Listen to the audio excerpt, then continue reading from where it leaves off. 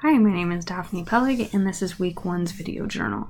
So the question asked, what are we most concerned about in the use of technology within our field?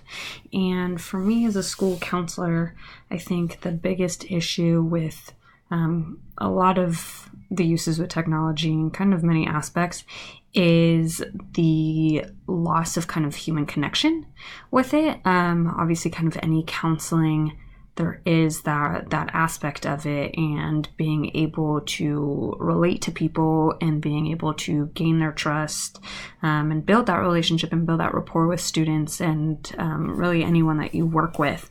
And so I feel like technology, although is a great tool, in many ways, it can help with career exploration, college exploration for high schoolers.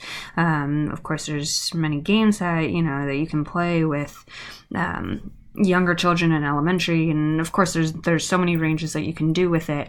But again, my fear is that loss of human connection, especially in the talks of potentially not even having counselors there in person and just doing it via screen, so kind of like a FaceTime or anything like that, and having a kid call you when they need you.